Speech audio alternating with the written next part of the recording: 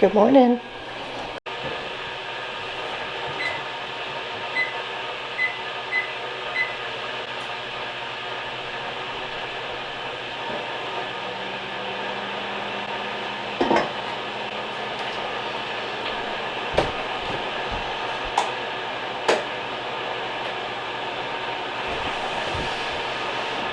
Hey there, darling.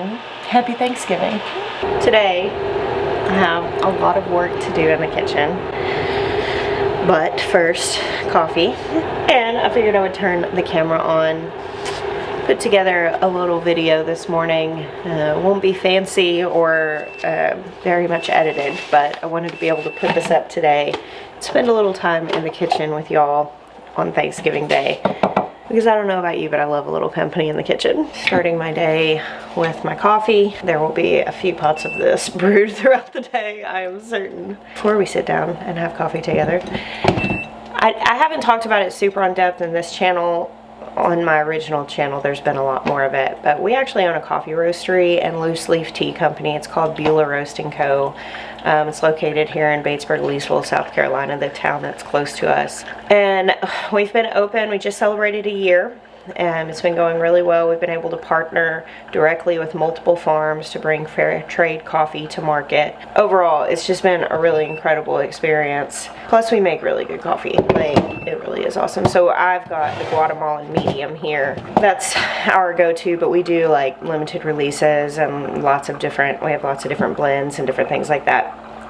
All of that said, we have a really big sale going on over at Beulah. All the information's on the website about it. It's across the whole site. There are multiple discounts on multiple things, so I will put a link down below. So if you didn't know that we were there, if you've been waiting for a deal, you can go check it out.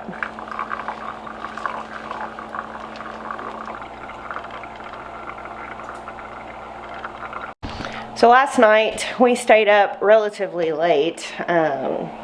I'm not really a late night person, but I wanted to get more prep work done so that today could be a little bit easier. Here I need to add a little water to this because it cooked down. This is a pot of chicken bone broth. Always keep broth cooked and ready. Like, I've always got some sort of bone broth in the freezer in containers. I can it, and I always have broth in the pantry. But on a day like today, when I know I'm cooking Thanksgiving for 25 people, which is actually the least I've cooked Thanksgiving for, I think, in my adult life. It's actually pretty small for us. I know I'm going to go through a lot of broth today. And so instead of opening a whole canner's worth of cans, that represents a significant amount of time in processing those, I'll just make a fresh pot and use it. So yesterday I had 3 roasted chickens, and I picked all of the chicken meat off, and I made a really big bowl of chicken salad with like grapes and nuts in it. And that's what my family ate for dinner last night on some rolls. They just ate like chicken salad sandwiches, and then it's in the fridge, so if anybody wants it for lunch today, because we don't eat Thanksgiving until dinner, but obviously I'm going to be focusing on cooking the dinner. I don't want to have to stop and figure out lunch. So the chicken salad is there. And then I took all of the bones from those roasted chickens and covered it with water and let it simmer overnight to make like a chicken bone broth. Here is some bread that's also been sitting out overnight to get dry and crusty. I should have done that ahead of time, but I forgot. And this is some cornbread that is going to be for the stuffing. I've got my oven preheated. Go ahead and put another pour of water on the coffee. And then it's time to start making breakfast.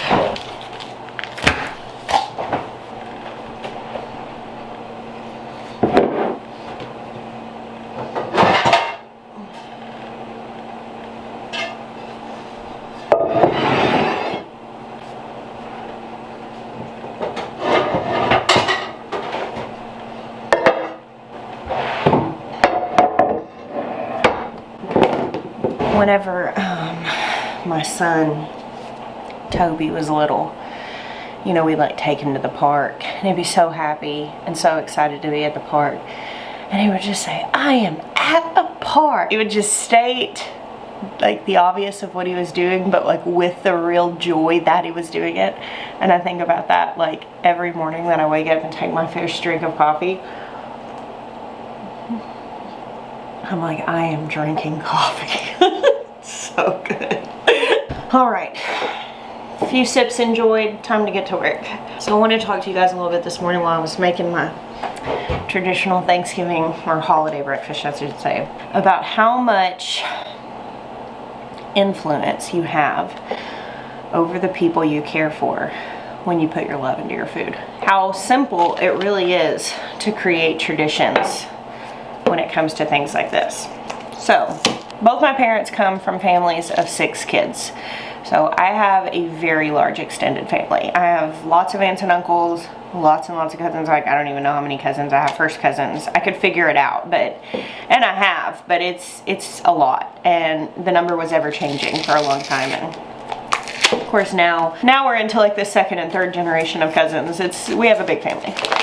But I had one aunt and uncle that lived next door to my grandparents, and I was especially close with them, Uncle Bernie and Aunt Ann. They have a son who's 6 weeks younger than me, my cousin Josh, and we were extremely close, growing up, just inseparable. And I would go spend probably like 3 weeks out of the year staying with my grandmother, so I was very close with her also. And therefore, I would spend a lot of time with my aunt and uncle during that time.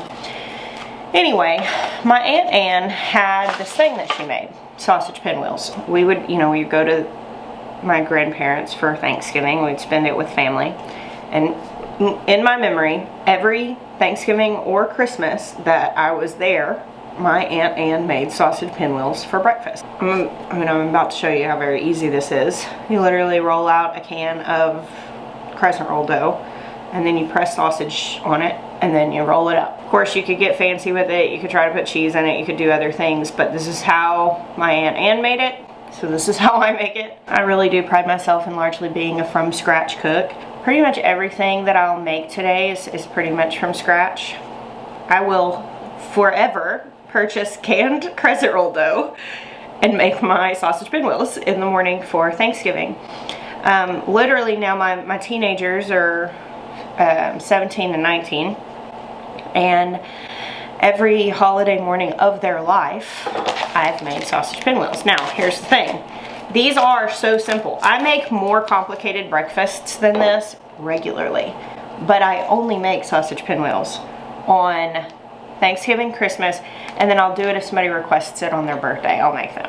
I remember asking my Aunt Ann, like much later. This is like our whole family does it now. Like today we have like a Facebook group for our family, and everybody will be posting pictures of their sausage pinwheels and saying Happy Thanksgiving. It's like a thing. And I can't even eat them anymore. I don't eat gluten, so I'm actually making something else. But I make these every single holiday morning. And I always will, because it has become a tradition. Now here's what's really cool. This is a very, very simple thing. It's nice because I make a lot of them, and then, after everybody eats, we'll put them up, and if anybody feels kind of snacky, like let's say they want to eat some for lunch, they'll come heat some back up. Like I said, I have chicken salad prepared for that also. But this is not something that's taking a lot of time on a day that I'm also cooking a lot for the other meal, the important meal. But the thing I really have loved to understand, and sausage pinwheels have taught me, is that traditions don't have to be hard. They just have to be consistent. If you want to have something that becomes culture in your home, that becomes a mark of a day, something that evokes nostalgia, do it with consistency.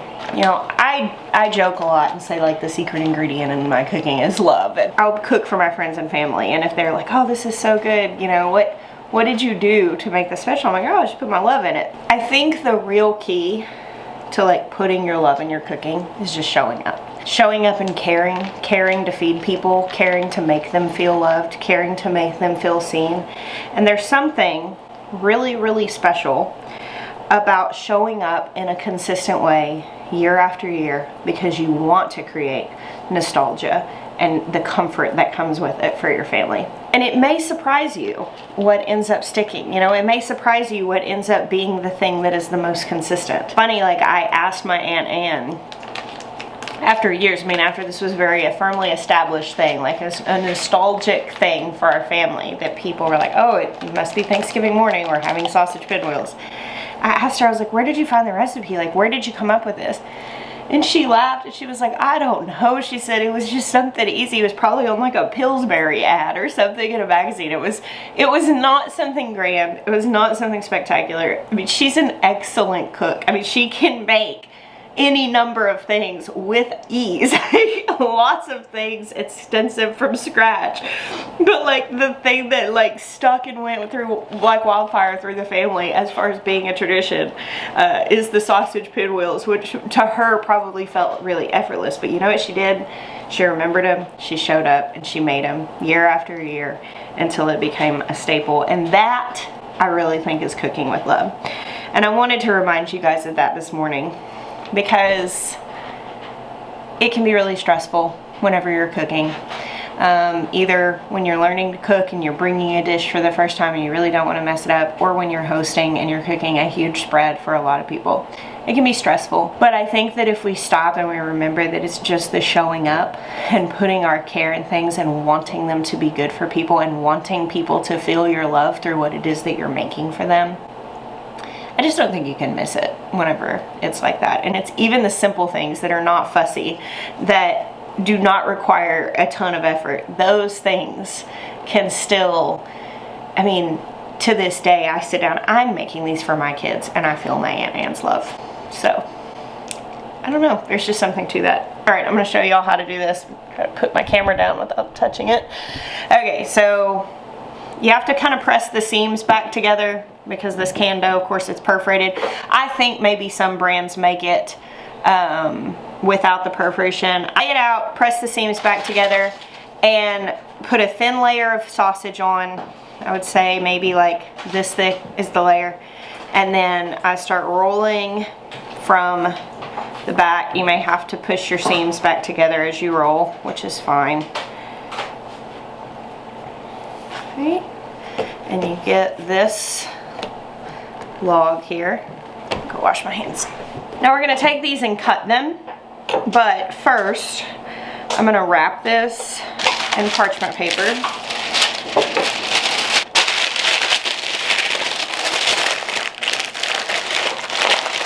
Okay, I'm gonna stick this in the freezer for like 15 minutes. I don't want it frozen, obviously, but when it's really cold, it firms up a lot and it just makes slicing it a lot easier. And while this one's in the freezer, I'm gonna go ahead and roll out these 3 other rolls. So sometimes I will do this actually the night before, and I'll have them in the fridge in the morning. But I didn't pull the sausage out in time yesterday. I did get quite a bit of prep done. I've got my turkey brining, I have my cranberry sauce made, my pumpkins are cooked, and I have the puree. The sweet potato casserole is put together. I've got the big pot of broth. So the broth will go in, the dressing, the stuffing. Those are 2 separate things. Stuffing is made to stuff a turkey, which I do stuff my turkey. I did a recipe last year, a video showing how I make my turkey and stuffing. But then I also do a pan of like southern dressing. That's like bread, crackers, cornbread, and then all the aromatics, and it has broth in it, and it's more like a casserole. I'm not making a big pan of that, but it's kind of like a staple, so I'm doing 1 pan.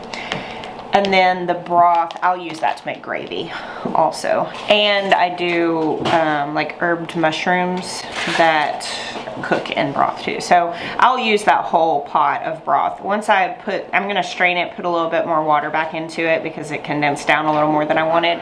But that's probably will be about 1.5 gallons of broth, which is good. I'll use pretty much all of that today. But I felt pretty good about what I got done last night. Oh, and we boiled the eggs to make the deviled eggs. So they're ready to go. We just gotta peel them this morning. But that way they could get fully cooled off and easier to handle. But yeah, I don't actually normally do that much the night before. Usually the night before I'm cleaning a lot. But we've been working on our house. We've been doing all these projects, and there really wasn't much to clean for once. That's never happened before, so I was able to actually dive in and get a lot of the meal prepped, and I feel pretty good about that. So this morning, Maya actually just walked outside to do farm chores. I'll get this breakfast going. I'm also gonna do some gluten-free sausage balls. So Jeremiah and I will have those to eat this morning. My kids will wake up and eat these, and then some of our family will probably start getting here around 10:30 or so, and they'll dive into the pinwheels too. Because when you make traditions and your family grows, the traditions go with you. That's so funny that my Wilson family, you know, the sausage pinwheels is our thing. Now, Jeremiah's family, the Sowards family, it's very much a thing in his family too, because it came with me. We're aiming to eat at 6. At this point for a long time, I'd be like, okay, we're aiming to eat at whatever, and I'd usually be about an hour late. But now that we just do it in the evening, I don't have any problem getting it done by then, and we typically do eat right on time, which is like a Thanksgiving miracle, because for a long time I found that really difficult to achieve.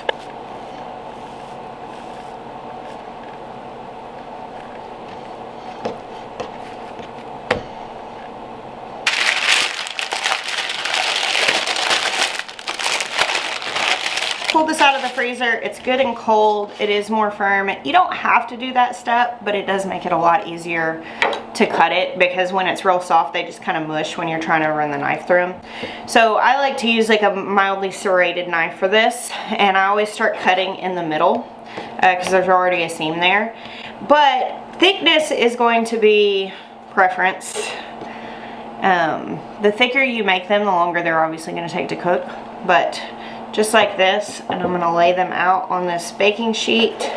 I've got my oven preheated. Just preheat it to whatever it says on the back of the can of dough. So aim to cook them about as long as it says on the back of the dough can. I usually don't set a timer. I usually just keep an eye on them and pull them out whenever they get nice and golden. All right, there we have it. I'm gonna stick these in the oven. Hey Ezra, happy Thanksgiving. Thanksgiving. Good morning. Good morning. Favorite. Yeah. What do you think about this breakfast? What does it make you think of? Thanksgiving. Yeah. How does it make you feel? Happy. Yeah. I love these things.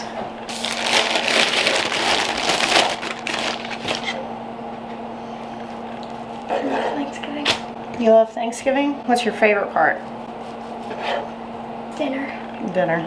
What's your favorite thing to eat on Thanksgiving?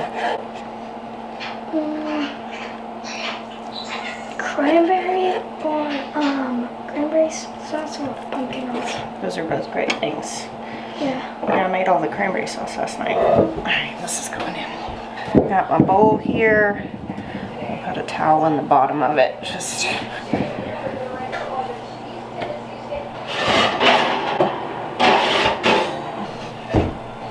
there we have it.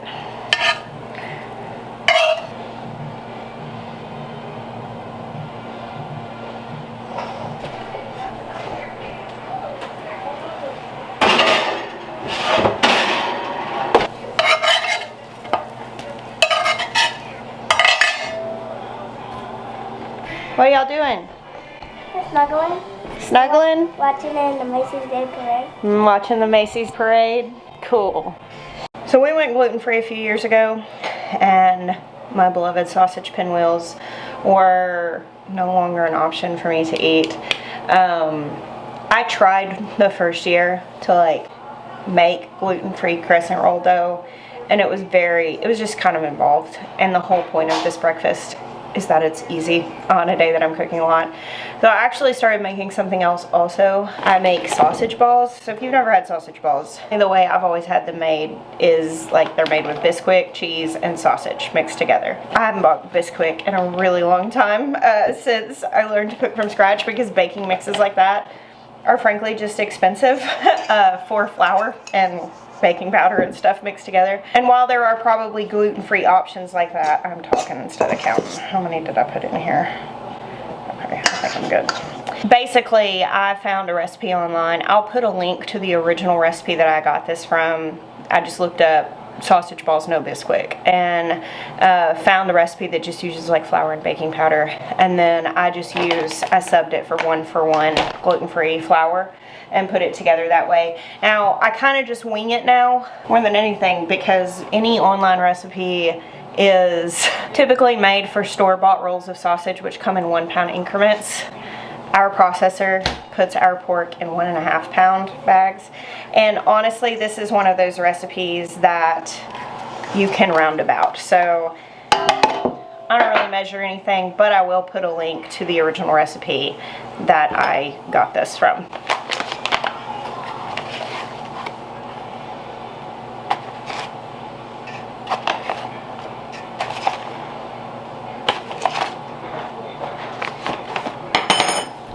Now, the sausage that I put in this is already pretty seasoned, so this is kind of preference, and it really depends on what sausage you use. And of course, you can always buy ground pork and season it yourself, but I'm actually using hot sausage, but I'm also throwing in some paprika, garlic powder, a little bit of salt. I don't want to put a lot of salt in the dough because the sausage itself is very salty. Black pepper, I'm out of that. I need to refill it. And this is freeze-dried sage, and I'm just going to crumble some of this in here because I love sage for Thanksgiving. It's such a Thanksgiving-y herb. And we don't put a ton of sage in our sausage regularly because it is strong and I can always just add it. But if I'm going to use my sausage on something that I don't want to be like overwhelmingly sagey, then it's not automatically in there. Alright, so this is flour, the seasoning, baking powder, and I put freshly grated cheese in there. We want to toss it. You don't want to use pre-grated cheese on this because it's coated to keep it from sticking. We actually want this cheese to stick with all of the flour. There's no way for it. You got to do this with your hands. Like, all right, so I'm going to drop my package of sausage in here.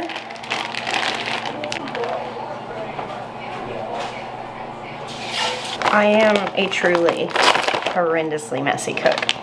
It's bad. And my sister-in-law, Michaela, I've done Thanksgiving with Michaela for about as long as I've been married to Jeremiah. I think I posted a lot, and when his mom was still alive, she and I would work on it together, and Michaela would come in, and Michaela has assumed the role of dessert maker. I'm not one much for making sweets. I make pumpkin pies, and that's it. Melted butter. Michaela comes over, though, on Thanksgiving. Usually she'll get here around lunchtime, and she just cleans up after me in the kitchen. It's amazing. She's like the Thanksgiving fairy. Like, it's absolutely awesome. And Jeremiah actually cooks quite a few things now. So he'll be in and out of the kitchen throughout the day, but he'll also come and make sure that the dishwasher's running and stuff like that.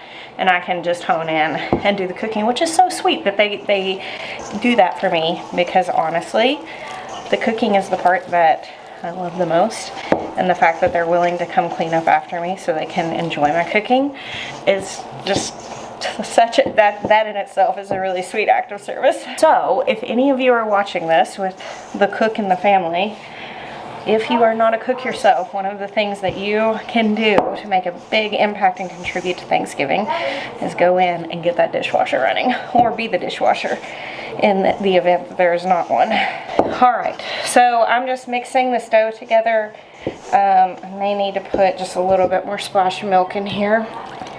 Like I said, I don't really measure this. It's just not really necessary. It's not one of those things that's going to, you know, mess up if the ratios aren't exactly right. You just want to have the right texture, and it's a roundabout thing. Anytime you're mixing flour with any sort of liquid, be slow in adding it. Don't add it all at once. Do a little at a time, especially if you're not measuring, because flour sometimes takes a second to really absorb liquid, and you can kind of easily overdo it, especially there at the end when it's like, oh, I think I maybe need a little bit more. Let it sit for a minute before you decide that, because it may soak up the liquid just fine, and actually, you know, you might not need more. So there's this. I would say that is especially true of gluten-free flours. They can take a little longer than like regular wheat flour to soak up liquid. So you just want to, you know, not get in a rush whenever you're mixing ingredients together. Autolyzing in bread baking is where you add liquid and let the flour soak it up before you start adding other ingredients. And it's that same concept. It's just, you get a better idea of what you're actually working with whenever you give it time. I'm pulling another batch of pinwheels out of the oven. My oven only holds 2 baking sheets, so I just have to do these in batches, and right now I'm going to put a batch of sausage balls in. Again, I'm going to cook them until they're golden brown. It's going to take a little bit longer than the pinwheels do, so I like to get a few batches of pinwheels made before I start putting the sausage balls through.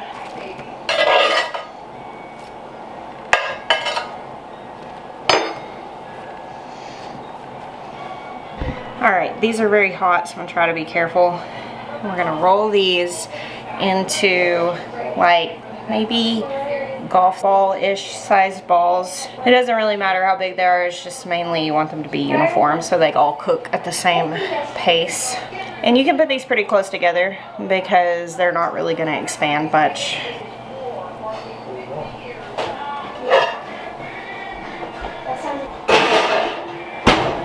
Can you go grab a plate out of there? I'll move this out of the way, it's hot. Here you go.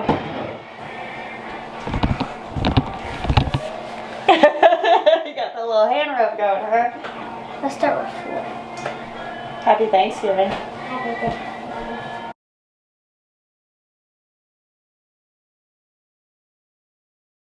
Oh. There's something you say. What do you say, Ezra? Soccer. Go. My oven does not cook even, so I have to kind of rotate things around. One thing with these, don't overcook them. You can temp them if you want to make sure the meat is done. 160 is well done for pork. So these are actually a little more than that, because once they really start getting golden on top, at that point the meat is usually done. I just tip them and they're like 180. But you don't want to let them go like way over because they can dry out. These will be fine like this. With the gluten-free flour, it takes a little longer for the flour to like brown, but they still turn out really good. So here's my breakfast. I'm gonna sit down and eat it and have a quiet moment before the real intense part of the day starts. Thank y'all for hanging out with me today. I hope you have a beautiful, wonderful Thanksgiving. I bless you. Until next time.